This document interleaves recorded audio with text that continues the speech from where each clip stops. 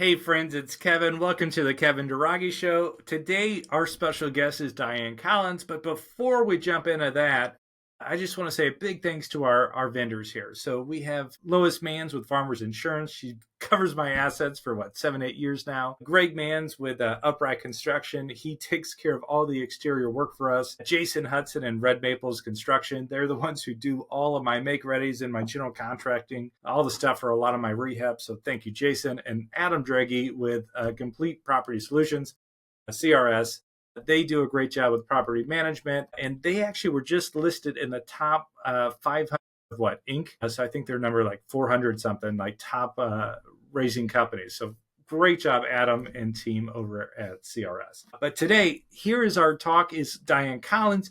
So here's somebody who went through a massive breakup, got into scuba diving, went over to Guam, started teaching people how to scuba dive, children, and then started running a TV show, doing all this stuff out on the Western Hemisphere over there, going to the Philippines, going to Thailand, doing scuba trips and TV shows and just what? And then turns out she had another breakup, took her money, did all this stuff. She's stuck in Wyoming, and all that stuff leads up to how she comes back to St. Louis and starts an amazing career helping other people, and through the Real Producers magazine, around real estate here, helping and producing other real estate people becoming successful. So crazy story of how it all comes together. Why don't you jump in and feel good about yourself too? All right, here we go with Dianne.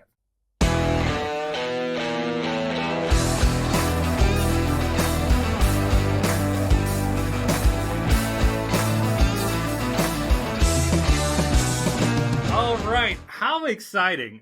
I get to talk with my good friend Dianne Collins. Dianne, how you doing today? I am good. Thanks for having me on the show, Kevin. So you start off by rubbing your eye. We just had this whole time, now we're on video. And this is how you start. Yes. Listen, I had cataract surgery, double cataracts. Oh, seriously? I did. Wow. Listen, it's not all shiny over here. Yes, I did. I had double cataract surgery because when I had it the first time, they messed it up. Yeah. So actually, I know a lot of people are excited about cataract surgery because your vision gets instantly better and it's covered by insurance or something. Is this what you want to talk about? No. Because no, it's not covered by insurance if you're not 65 and over and have Medicaid. No, it's not covered by insurance. It's very expensive. Man, I've actually been thinking about doing LASIK. Have you done any of that stuff? I've not done LASIK. I probably should have. And what they don't tell you about cataracts is once you have it done, then you have to actually have readers all the time. So now I have glasses on my head all the time. Sometimes it's sunglasses and readers. And I still look around going, where are my glasses? And I have 4 pairs of glasses on my head because they're all stacked up. Yeah. And it's not covered by insurance unless you're old. There you go. But which thankfully we're not quite there yet. So no, we're not. Yes. There you go. Dianne, it is great to have you. You have been a fixture in the real estate community here for many, many years, right? And the part, I guess, more than anything is you bring life and cheer and excitement to any of the places you go. So, thank you for actually being a contributor to the joy instead of just the people out there sucking from it. So, thank you for that part. You're welcome. I hope I do. I hope I do. Obviously you do, because you do pretty well with what you do. So obviously now, Dianne, everybody knows you as the real producer's queen, right? You have multiple markets. You basically do a lot what I do, but you shine lights on all these high producing folks and on all the vendors and all the people that help make those people successful, right? Yes. So you do a great service to many, many people with your publications, with your live events, with all that stuff. But before you were that Dianne, right? Before you're who you are now, and what did you tell me? 5 or 6 markets? We have 5, yes. 5 markets? Before you're this nationally known person, if you rewind that, how did you get in the end around the space of real estate? What does your journey look like? Where does my journey begin here? I'm from St. Louis. That's a good start. Yes, I went to culinary school here. Went to Forest Park. I don't know if people know, but they're one of the top 10 in the country.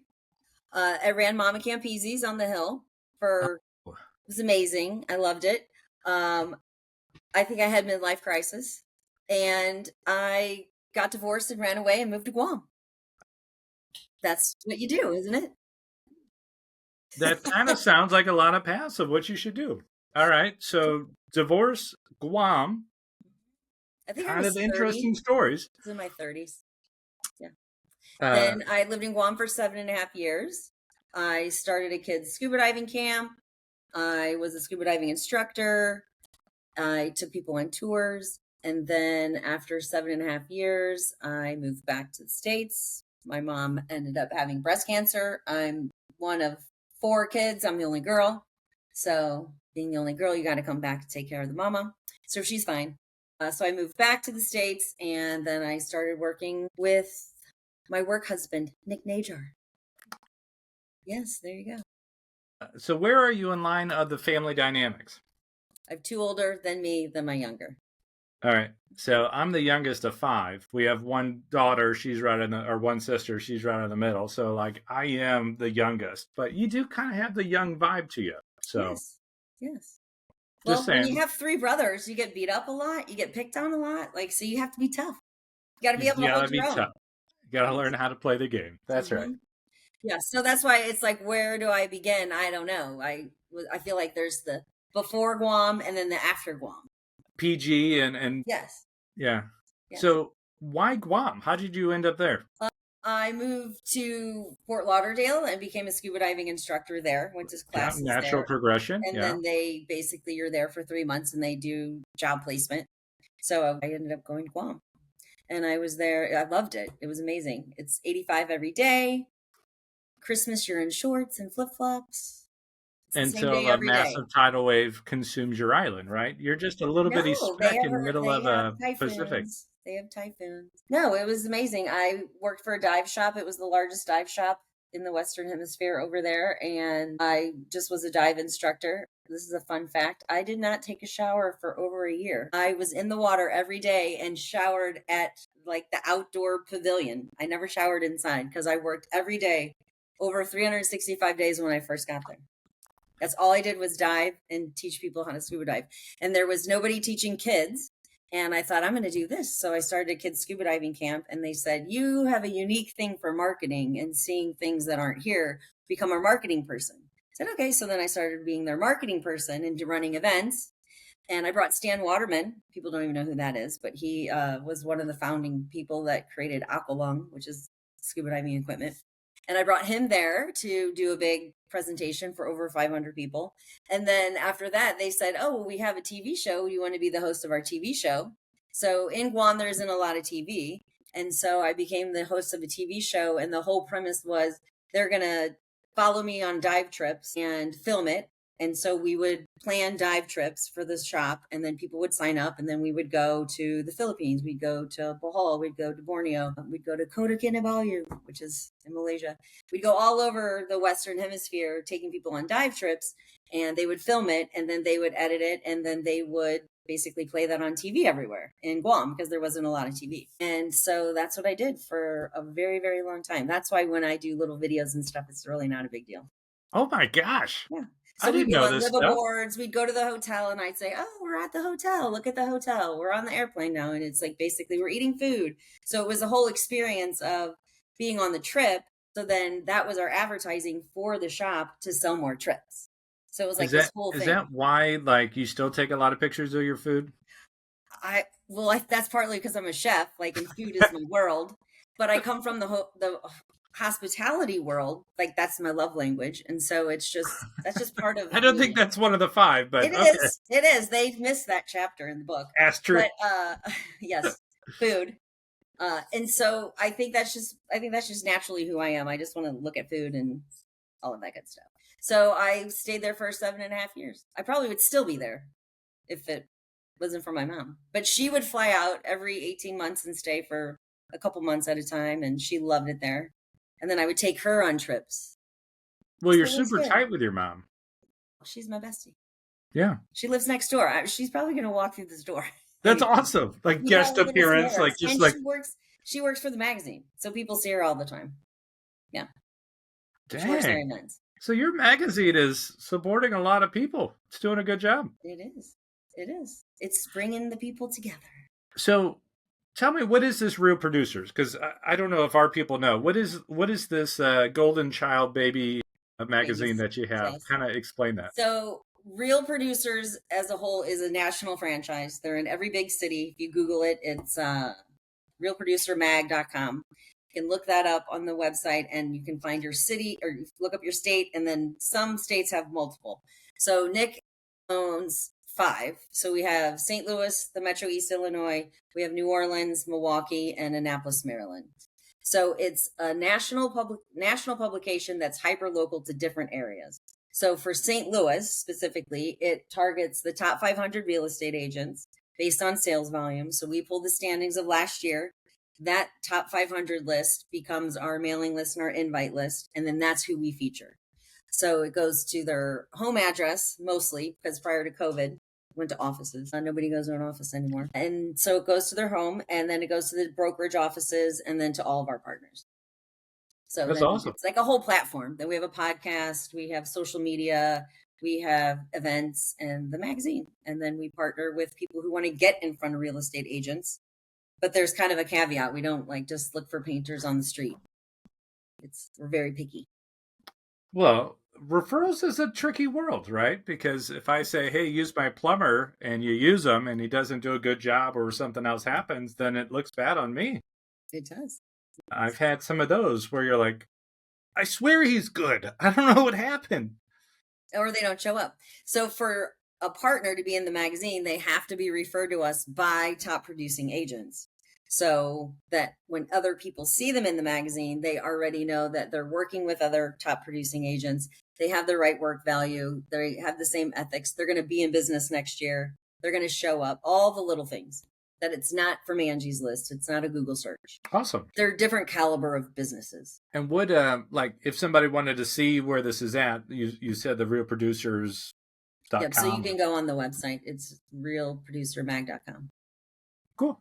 So now, all that said and done, it looks like you're looking at taking over more markets as you're expanding. No. You're done? Only 5? Only most of the Midwest? Because we do 4 big events a year in these 5 markets. It's 20 events. It's a lot of traveling. And then in some markets, we do a monthly consolidate them into one bigger one? Well, they actually are starting national events for Real Producers. There's one in September where all the publishers submitted top agents to a pool. I submitted Krista Hartman. So Krista and I are actually going to Dallas in September because she was nominated and is on the list of top agents nationally. So that's the first time they've ever done that. So it's only going to raise our branding. But then every year they're going to start having this and people will vote for their top realtors. So it's actually exciting. It's getting bigger. When Real Producers started, Nick was the 4th market that started. Oh, wow. He is early on. It wasn't a big deal. It was kind of tiny. It was kind of tiny. Now there's like, well, that's where I thought you guys made it up. Like, started it. Like, I didn't know it was a...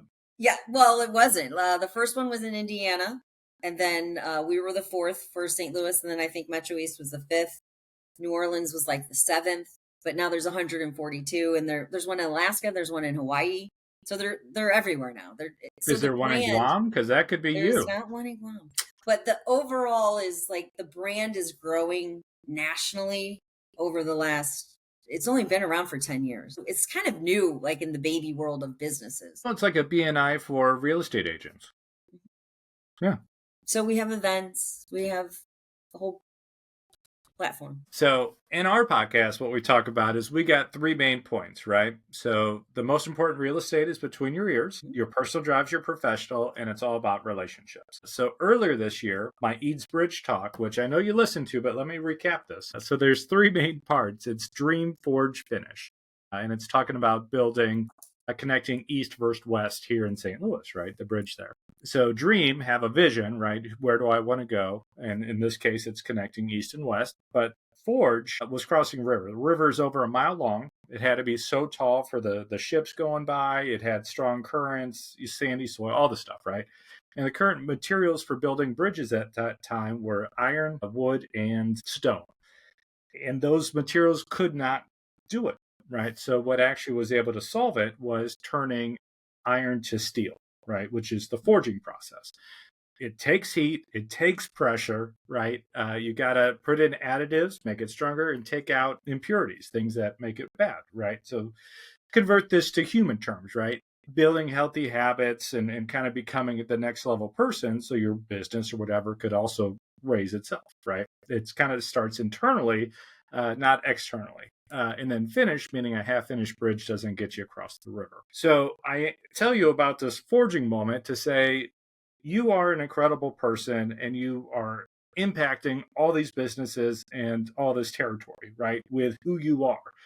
But there are those moments that forge you, right, that make your character who you are and not kind of swaying to the wind or prevailing pressures, etc. What is a forging moment for Dianne Collins that you became who you are now because of that bad day? I think people have more than one. Go I on. think people Like, have what are them. some big moments for you? I think people have them throughout their lives. So, one, several came through into my mind when you were talking. I married someone I thought was the love of my life. And when I left him and moved to Guam, I was devastated. And that is why I left. I felt like I had a midlife crisis. And if I can't be with him, I'm going to leave. I'm going to run away to the tropical island. And I did. And that whole experience was amazing because I reinvented myself. My real name is Rattini, not Collins. I kept his name, and I reinvented myself over there. Nobody knew me. Nobody knew anything about me. So it was a completely fresh start, which was amazing. When I was there, I met someone. That's partly how I got back, but I didn't come back to St. Louis. I actually came back to Wyoming. So I have a Wyoming phone number.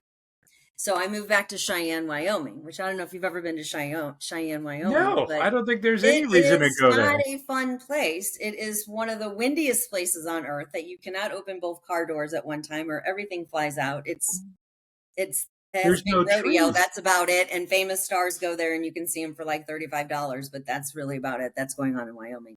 But I ended up back in Wyoming with someone. Here's a fun fact. My name became Dianne Hooker. So I I was would not Dianne have left Hooker. that one. I was Dianne Hooker. Okay. I love love. Anybody that knows me, I love love. Okay. So I married someone and let him bring me back to the States, partially because my mom was sick. And I thought, it's a sign. I'm very Christian. It's a sign God's having me go back to the States as Dianne Hooker. Okay. It's not French. So, anyways, came back about a year and a half into that. I realized I am being swindled and he had taken all of my money. He decided to leave.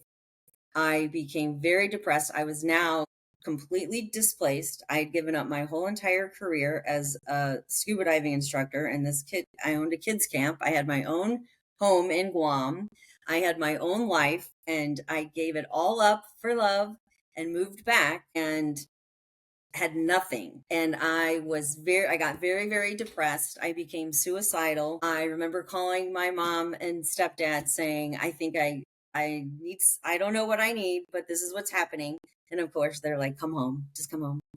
But coming back to St. Louis was not a welcoming thought because I had already been gone for so long.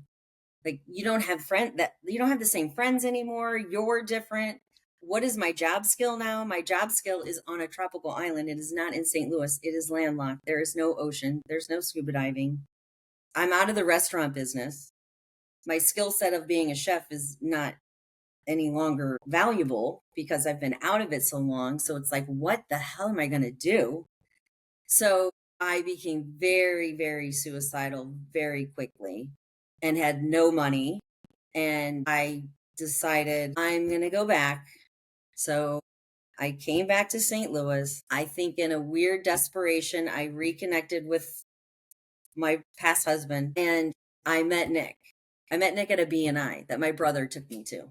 And I thought, looking at him, man, that guy has the longest legs. That was the first thought. That guy's legs are so long because he was sitting in a chair and his legs just went forever. I don't think I'd ever seen anyone so tall. And that's the first thought I ever had. And I remember Ronnie saying, that really tall guy, he's actually looking to hire somebody for Cutco. And I didn't even know what Cutco was. And it was selling knives. And I thought, well, I know knives. I'm a chef. So I had no job. I had nothing. And so I did interviews with him, and he ended up hiring me to sell knives to real estate agents. So I worked from home and for like $14 an hour and would make calls to real estate agents over and over. Hi, this is Dianne Collins, Kaka. Hi, it's Dianne Collins, Kaka. So that's why everybody thinks they know my name, because they've heard it so many times. I would do 114 calls in a day. It was insane. That's great But numbers. I quickly grew that business. And then he wanted to start the St. Louis Real Producers, so he did. But in that process, I think I felt so devalued because I had this amazing career that I had given up. I had no money. I was like now working for $14 an hour. I was doing real estate office presentations. I didn't know anyone. I had a few friends that I reached out to. My best friend, her name's Pretel. She's been my best friend for over 35 years. So like I had a couple key people, but things changed. Restaurants changed, everything changed. People have their own lives. You can't just move back to home and, oh, you're back, let's hang out. All of a sudden, they have their own lives going on. My family had their own lives going on. So you just don't fit in anywhere. So it was very difficult. And I ended up reconnecting with the person I had originally married, and we remarried. Don't recommend that. I'm going to have to give a little chart here I just to know. keep I following. love love. So we remarried, and I quickly realized that probably was not what I needed to be doing. Like that was more of I had no security. I was vulnerable. I'm lost. I don't have a lot of friends. Like I didn't have the life I had. Like I had this great life and I gave it all up. And now I kind of have this little, you're trying to figure it all out, and everybody else seemed like they were doing great. And you're just kind of just depressed all the time. So Nick started Real Producers. Then he wanted to start the Metro East, and he said, take over the Real Producers and let me go start Metro East. And I said, okay. So I think when that happened, I started to gain a little bit, and Mastermind was going. Yeah. And I met Dawn Baumgartner. I met Lisa Jenkins. I think that's when I met you, and a lot of the people I call them the OGs, the older people that like I knew, like. Thank you. The older people. Yeah. Us, the real people. Well, just the real people that met me when I didn't know anybody, that friended me when I was nobody.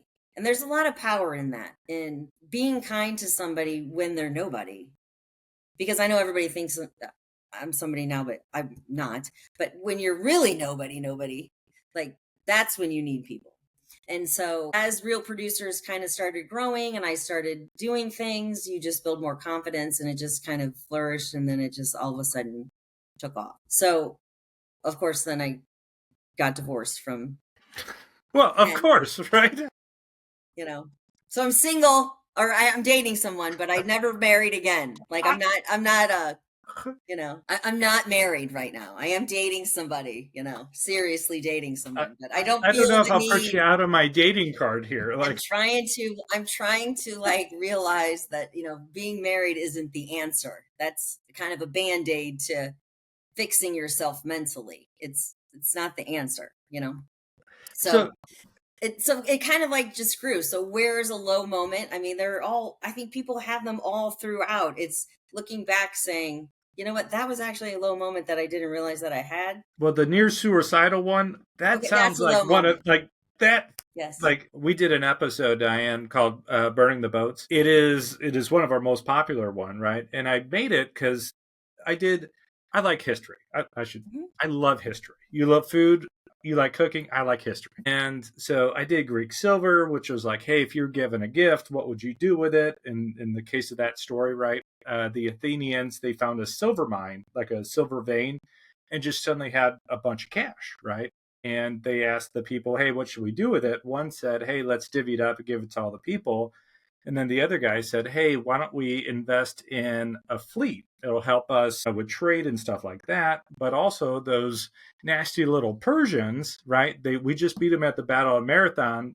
They'd probably want to come back. So they ended up buying like 220 triremes, which are boats, helped with their economy, all that stuff. And then sure enough, 10 years later, the Persians come back We know the Battle of Thermopylae, right? Mhm. That's the 300, which you probably watch.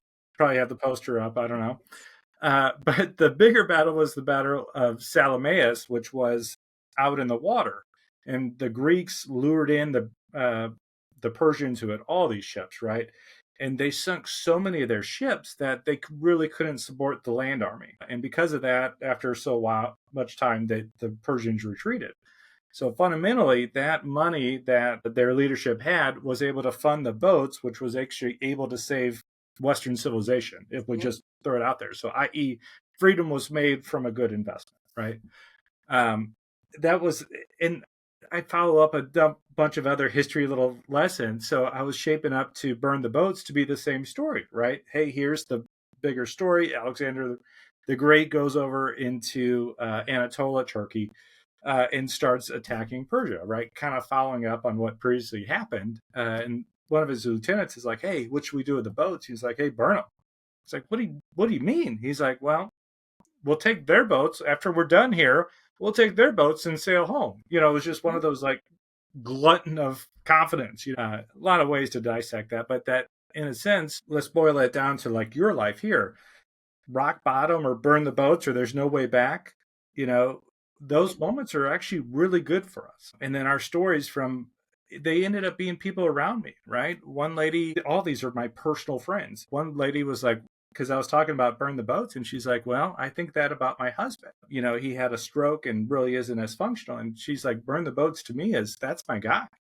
Like I'm Mhm. not, I'm now going to take care of him as I do all this other stuff. And this is my burn the boats. This is the way it's going to be." Another person was a business. He was in the software world, and they had one massive client that did all this, all the money, all the stuff. But that person was such a dick to him and he did like a little survey, and he's like, "You know what? I'm going to fire this guy who's like 80% of our business." And because of that, they reinvested and became a different thing and became better problems, all this stuff. And now Mhm. they're out, one of the largest tech companies in the world because of this iteration that came down to that moment. Like these stories are crazy, and they're just like in arm's reach of how it is. So it's like difficulties and bad days are actually really good, and asking for help. This is where Jake from Doorward, he's one of the people that success didn't happen immediately. So he was actually suicidal. We could talk about it now. Mhm. But it was because of that reaching for help and kind of it normalizes it. It's not that scary. It's in the dark anymore. It's up here. These are real things that successful people sometimes have to deal with. Look at your Robin Williams. Look at your other, like the Mhm. people that don't look at the real life to it are really missing the point. Well, and And if you look at people and think, oh, everything is so great for them, you really don't know their story. Facebook's fake. I don't know if people look at Facebook and go, "Oh, it's so rosy." Facebook's fake. You don't put out everything that's really happening. I mean, there are people that know a lot of things about me and even more things about me. And the person that I married twice is an amazing person and a very good friend of mine still. It's just not everyone's for you, and everyone changes in your life, and you change. But I wouldn't change what I went through because it got me to what I'm doing now with Nick. And what we do is so fun. And he's an amazing person. And he has stuck by me. And we've stuck by each other for, I mean, it's been 10 years. We've been working together for 10 years. And since I came back to St. Louis, I've never worked with anybody else. I've never had to worry about it ever. I'm older than he is. I'm 55. I'm turning 56. And I think he just turned 40. And I'm like, "You're just a such a little baby. baby, like my little baby boy." But I Aw. have so much respect for him because he's such a visionary. I'll follow him. We joke. He's like, "We're gonna ride or die," and I'm like, "Well, let's start another business. Like, we can do whatever we want to do. Like, we really have the capacity of doing anything." And I haven't had that kind of just work person. Like, I don't know if you have that with David. It seems like you guys do. You're like brothers from another mother kind of a thing. But when you have that synergy with somebody, everything you've gone through is just, you know what, it's the path that got you there. It's what made you stronger. It made my faith stronger. You know, when my father passed away, I was in Guam. I'd only been there for a year and a half. And I remember he passed away and they called me and I'm like, how the hell am I going to get home to make this funeral? And I came home and the tornado hit the St. Louis airport that day. And they closed the airport and I couldn't fly in. I had to actually wait a day. They held the funeral. And so then when I got here, I finally got here, I delivered my dad's eulogy. And 2 weeks later, my grandmother died. And I remember, you know, sitting in the hospital with my mom, holding my mom's hand, watching her watch her mother pass. And I'm like, what is happening? And then I delivered my grandmother's eulogy. And I'm thinking, do I go back to Guam? Do I stay here? What am I supposed to do? Like, I don't even know what to do. And so you just make decisions after decisions after decisions and hope they're the right ones. And everything I've gone through has made my faith stronger. And I just know that whatever happens, it's all for my good. The bad things that are happening, there's something good that's going to come out of it somewhere. I may not see it right now. It may be someone listening to your podcast. It may be later down the road. You just never know. You don't know what you don't know. So I just keep going. And I do know that when I'm sad and depressed, I work harder. I'm more focused. I kind of just dig in and I become more successful. I know some people probably go the other way, but I don't. Like I just get super driven. I'm not someone to sit on the couch and just eat like ice cream for, you know, a month. But like where, like it really does sound like a big crux for you is you were in Wyoming, displaced, broke. Yes, that kind of that lost. it completely broke me. I didn't have a friend circle. I didn't have a family circle. I was at a crossroads of, do I go back and try to reclaim that life, or do I really put my faith in this, or do I end it? Like, I don't know, because this is just not my plan. This is not, I just didn't know where to go. One of the oh man, Yogi Berra is what comes to mind. I know that's, you know, when you come to what is it? When you come to a turn, you take it. You know, our pastor did a sermon after Yogi passed, and that was, you know, there's some references in scripture that are kind of like, you know, what he said. It wasn't one for one, but the idea is like when you come to a stop, you know, when you come to a turn, you take it, and that's really true in so many of this. Like if you go left, great, you could have a good life. You go right, you have a, you know, left, pick one. Just wherever you lose is if you stop and you just sit there.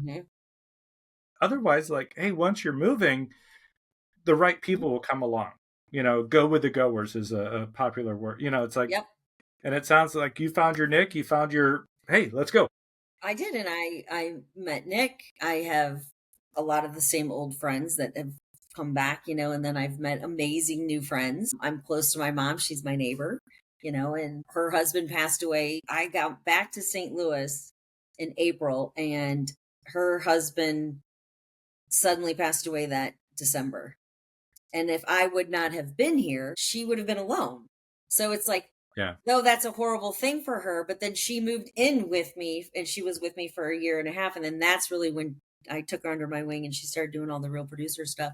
But I can't imagine her being here alone without me and just being with my brothers. Oh, you guys are like bosom buddies now. Yeah. So, you know what I mean? It like just everything just kind of came together and I love everything that I'm doing now. And it just can't be. And I know something bad's coming, you know, like it's great now. Something bad's going to happen. I don't know when and where and who, like just, but I'm ready. You know, like I said, my faith really guides me. And she's 81 now. Actually, I'm taking her to Rod Stewart tonight. Oh, that's awesome. So I'm just very blessed. I just feel like I'm very blessed and I am a very positive person. I'm very resilient. So, but it's not always candy canes and roses. So, yeah. And so I liken it to, it just happens to fit, but do you remember, what is it? Psalms where it talks about going through the valley of death, you know, you're rotting. But it's once you're on the other side, then you're in the promised land, right? It's green pastures and you lay down by the stream and stuff like that. Like, but my point is for people who have bad days, which is all of us, right? Keep moving. You can't lay down. You can't stop. You got to keep moving, even though it feels impossible.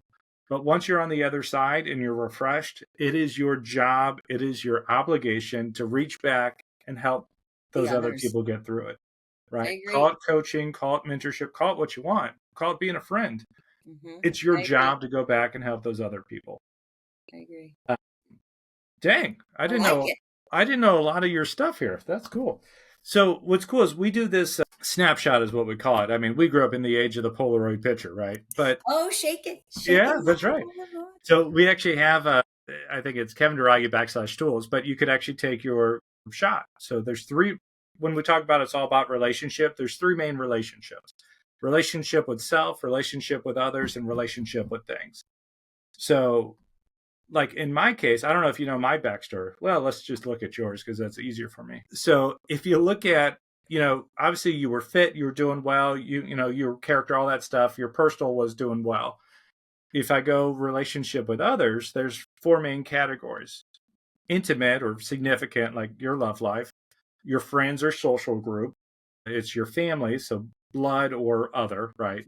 And then I put relationship with God in relationship with others, right? I want it to be external, not an internal talk. But there it looks like this love or intimacy is an area that went low or broke for you, which means it doesn't matter how well the rest of your bubble is. When something goes down to struggle, it hurts. It doesn't matter how much money you have in your bank account. It doesn't matter that your kids love you. All that you know is this thing pops and your wheel breaks. I had my break. Mine was spiritual, right? Relationship with God. I didn't have one. I got brainwashed and joined a cult, which is always cool. And basically, I was broken, right? Because I was a really prideful kind of a dick. And that was my big reset, right? And that's where my wife and then my family and then my friends like pulled me out. I was in North Carolina at the time. And it's just one of those, like, even learning to tell this story, right? It's in some of the other episodes. But it's one of those, like, I don't put it on billboards, right? But it is one of those, hey, it happened. Okay. Like, you can't hurt me now with this, But that's also where buying into the propaganda, buying into the marketing, like whether it's a political thing, just know people are shaping your thoughts. Are you letting them, for the good? Or are you letting them for the bad or to control you? Like, that's where you got to take over your thoughts, right? And kind of plan your own life. And that's where looking and loving the person, not just the title or their position, and that's really where I find success. And you do that instinctively. What's funny, you said before you were this person now. I'm like, I've always seen you as this person now. Like when we first met, you were already high on the pedestal for me. I didn't know you were just struggling and just coming back and doing it. Like, you presented yourself already. Like, I was like, man, I can't believe I don't know this person yet. Did you wonder how come I never knew her? Like, where'd she just show up? Because I was new too. Like, I had my world and I was like, oh man, everyone else is talking about this lady. So Yeah. it's No, and fun, it's isn't it? funny because I just started at the mastermind, standing at the door, greeting people. And Brian McRae, because Nick knew Brian, and Nick said, you need to start going to mastermind. And I said, okay. And I went and I was so awkward. I didn't know anyone because Nick stopped going with me. And I said, Brian, I'm just going to go stand by the door and just say hi to people. And so I would just say, hi, welcome to mastermind. Hi, welcome to mastermind. I'm Dianne Collins. I'm Dianne Collins. And I was greeting people and they thought, oh my gosh. And that's how people started to know me. No one asked me to do that. No, I just didn't know what else to do. Like, I was so misplaced and I felt I don't belong here. Nobody knows me. I didn't have shoes when I came back to the States, I didn't own any pants. I didn't own any jackets. I wore flip-flops all the time. I had like 12, 13 swimsuits. Like, I didn't have clothes. I didn't have anything, so I'm coming back into like a business world going, a year and a half ago, 2 years ago, I was living on the beach. Like, I lived in the beach, if they knew I didn't shower for a year indoors, like I showered at the park because I taught scuba diving every day. I cut my own hair that when I lived in Guam because like there was no place that could cut curly hair. It was crazy. Like the way I lived, a gallon of milk was $9. A gallon of gas was like $5.99. So when I came back and was really in the States, I was so shocked at how materialistic people were. And I just felt like they don't even know what's happening on the other side of the world, how much poverty there is. Like there were weeks we didn't have electricity or water would go out because we're on a third world country, you know? It was insane. And so coming back was just, I felt so out of my skin. And it took a long time to just learn to be okay again. And even now, I give stuff away all the time. And it's kind of crazy that I'm even here. I would love to go back. I would love to go back. Wow. I know it is. It's like people don't even understand. Like they think they know you, but they don't know you. Mm-hmm. This has been fun. It is. I'm lot glad of you good said insights something here. about the cult. Oh yeah. Let me whip that out some more. No, no, I'm not going to tell you more about that. So you know what's actually interesting? So this happened, right? I talked about it in the Tale of Two Coaches, right? And I referred to a bunch of other things, but I quit my engineering job here in St. Louis and I moved to Asheville, North Carolina. Right. I told my then girlfriend, hey, if you come with me, I'll probably marry you. If not, I'll see you later. Right. Total nice guy. She came crying. She did not want to. So anyway, we get there and she got a job right away. I didn't, because I'm an engineer who knows all these things. I knew more things when I was 18 than I do now. Right. I was that guy. And nobody even looked twice at me. You. What's that? I wouldn't have liked you. I did like but that's where it was one of those, like, I really thought I was the big thing and nobody even looked at me twice, so it was like, I didn't have any friends. My sister lived there, but I didn't have that world, which I had here. I applied at a little Euro shop. So here we have the Hill, right? So Italians. In Asheville, the Greeks were like that. They had a little Greek world. And the guy interviewed me. It's normally not him, but the owner actually did it. He's Greek. I'm Italian. We look like we're siblings. And I said something, oh, yeah, I was going to become a real estate broker or some shit like that. I don't know what it was. And he's like, oh, that's interesting. I just bought my first investment property. I was like, oh, you want me to give you a bid on that? I don't know anything. Anyway, I started flipping houses with this guy. And, he was teaching me life and business and all this other stuff. But the thing is, we didn't know construction. Insert second coach, and then he's the one who was teaching me. And, I'm pretty argumentative to people, but slowly, because you start learning something from them. So you're still listening. And then he just fed in some other stuff and you get washed. So that's kind of how I got hooked into things. There's more of a story there, but yeah, talk about getting I love the real estate world. I don't want to be a real estate agent. I own my mom's house, own my house. I would like to own something else too. I don't want to be a real estate agent. I respect what they do, what you all do. I like the businesses that are part of the real estate world. I just like the community. I just like everything about it. It's always moving, it's always shaking, it's growing, the market's up, the market's down. We're all struggling, we're all doing well. It's not like one person's doing great, one person's not. Like it's all up, we're all down. We're kind of all in it together, which brings a lot of synergy and it brings a lot of collaboration and just bigger thinking, bigger thoughts, bigger ideas, and just the whole thing. So the magazine's gone through really great times. It's gone through really bad times with the market. When businesses are doing bad, they don't have the extra expendable income. So there's time you're like, there's so many people living out of that magazine. Sometimes there's not, sometimes they're doing other things also. We've been very fortunate, but it's always a struggle. I mean, entrepreneurship it's not for the weak. And that's where it's not for the lazy. I mean, I'm a husler. I'm a hustler. So there's not a time I'm not thinking, what's the next event? How am I going to get people together? What do they want to come to? It's what's interesting, what's new, what's different.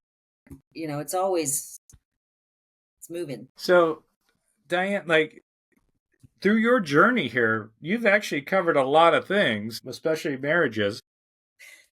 I said I love love. But I do. I love love. You have an interesting perspective of our industry, right? Mm-hmm. because you're kind of totally in and around it and kind of immersed in it. I mean, you do have your rentals there, but it's one of those like, with all this stuff that you have, with all this insight, with all your highs and lows that you had, right? What advice can you give young entrepreneurs or people out there who might be going through one of those struggle moments? Let's say they're lost in Wyoming, figuratively. Leave Wyoming. What do you have for those people? I like coaches. I have a lot of friends that are coaches that just constantly pour into you. I think surrounding yourself with the right people, going to your stuff, that event that I went to with you and David, like just being around the right people and just getting out and surrounding yourself with like-minded people that's going to keep lifting you up. Because if you get in your own head, you're going to sink yourself. I think you have to have faith, or belief in something, whatever you're calling it. And you have to have confidence in yourself. Because if you don't think you can do it, you're not. You're not going to do it. I rarely think I can't do it. It's more of a burnout. I'm tired. It's hard. I'm getting a lot of rejection. Sales is rejection. They don't tell you that. They don't tell you got to go through a lot. One of the things they said during like the N2 or like the whole training of being in Real Producers is the guy who, and you should research this, the guy who started Kentucky Fried Chicken. He was like 65 years old. Yeah. He did like 1,005 sales pitches, never changed his sales pitch. Just kept doing the same thing, regurgitating the same thing 1,005 times. It was the last time, 1006, that the person said yes. And then he became Colonel Sanders. If you're not changing your sales pitch and learning your craft and changing and growing, you are literally that guy. 1,005 times you're going to hear no. Like, I wouldn't have done it.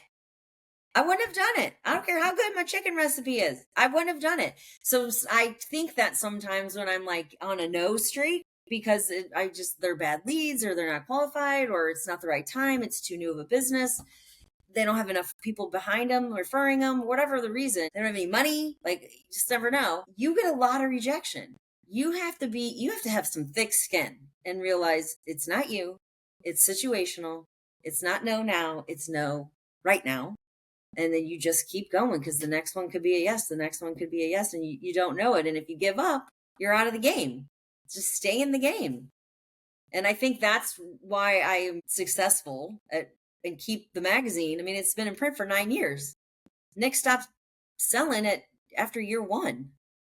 And I've kept that thing going for 8 years. I look at it and think, how did I even do that? I don't know. I don't think it's my talent, and then to have more magazines, and now I'm traveling to other cities and I'm doing what I'm doing in other cities. And now I have all these connections, other places. I'm like, there's something here. I'm doing something right. And one of it is you don't give up. You just keep going. And I have a strict routine. I get up, I do my devotional, I do my juicer, I have my boundaries, and, I really try to keep it together mentally. We call that healthy habits, or the savers, if you want to go to the Miracle Morning side. But yeah. I mean, I've listened to all that, and it's like, some I take, some I don't. And listen, it's good sometimes, it's bad sometimes. I'm all over the place. Just depends on the time. And you get burnt out, and sometimes you're like, no, get it together, kid, get it together, and then all of a sudden you're back on top again. So. And that's where it's like, man, why am I not hitting that? Oh, well, I haven't been reading. I haven't been walking. I haven't been. It's like, well, no kidding. And sometimes no wonder you're in a slump. Get out of your own way. Like, you're your own worst enemy. It's not somebody else. Don't be a victim. It's get out of your own way. And that's, I think, what I'm good at doing, is quickly identifying that in myself. If not, my mom will tell me. So what is wrong with you? You're a jerk. I'm like, yeah. Okay. Noted. Jerk. Got it. When your mom tells you you're a jerk. Yeah. Okay. But I mean, that's Sue Harris, and she's like the nicest person on the planet. She doesn't have a mean word about anyone, and she's calling you a jerk. You better get your poop in a group quick. So. But see, that's where it's like having that friend where it's like, yeah, like, got it, noted. All right. So what's next for Dianne Collins? Like, what does the future look like? Where are you going? What do you want to do? So when I grow up, I want to have a bed and breakfast in Highland, Illinois, and open a kids' cooking school. Done. Are you going to grow up I don't anytime think soon? I need to be married. I know. Isn't that exciting? Yeah. Can we get that in writing? I'll send you over a contract. Yeah. I don't feel I need to be married anymore. I don't know why. And I think that's big for people. I think women think they need to be married. And I So am that secure on I mean, yes, I would like to, and but I'm secure on my own. I can take care of myself. Like that's a big deal when you're at that point and you're not relying on someone else, a man. I know you're a man, so you don't know what it's like. I do know what man feels like, but But you know what I mean? It's different for women. It is different for women. It's scary as you get older that I don't have any kids. I don't want to be the crazy cat lady or dog lady. I was like, I think it's dogs, right? Yeah. I mean, I have a dog, a golden doodle for none. So I think I'm in a good spot. I think I'm in a good spot. So that's my plan. And wherever Nick wants to do, my work husband. That's your man, huh? That's my husband. What I does guess Diane it want? is. There it is. Okay. Yes. All What right. are you going to do? What's your next move? Oh, I told you at our last meeting, but we just unveiled the new Restore STL. So this has been my company Yes. for way back when. Like I fell back in love with my passion, which really is helping people become homeowners. Right? It's fancier, it's sexier doing the big expensive houses and pretty this and pretty that. And it's like, man, I think the way we really solve this is if you own your grass and that kid walks across it, that's when you're like, get off my lawn, right? We need to take back some of that. This is mine. Yeah. Do you remember that feeling after 9/11? I was sitting at my parents' house, mom's house, green grass. Everybody had an American flag out. It was just a beautiful day, right?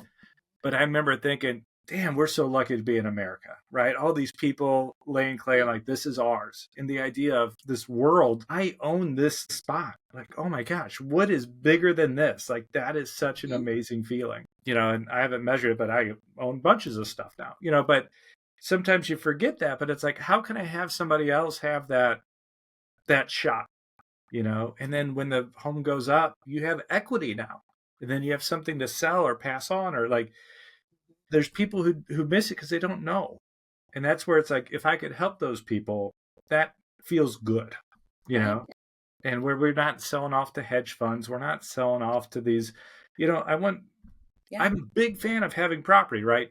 Investment, stuff like that. But it's also, I'm a person, not a fund, and that's where it's like, okay, I could support that. That's where it's like, you guys want to buy stuff and be involved in great. But if you're looking at just being a shitty investor, then we're not interested. Just the quality of people like you do with your vendors. Yeah. I know how to do this stuff, but I don't want to give you stuff that you're just going to be a jerk. You're just going to be a more rich jerk, like, don't care about that. Yeah.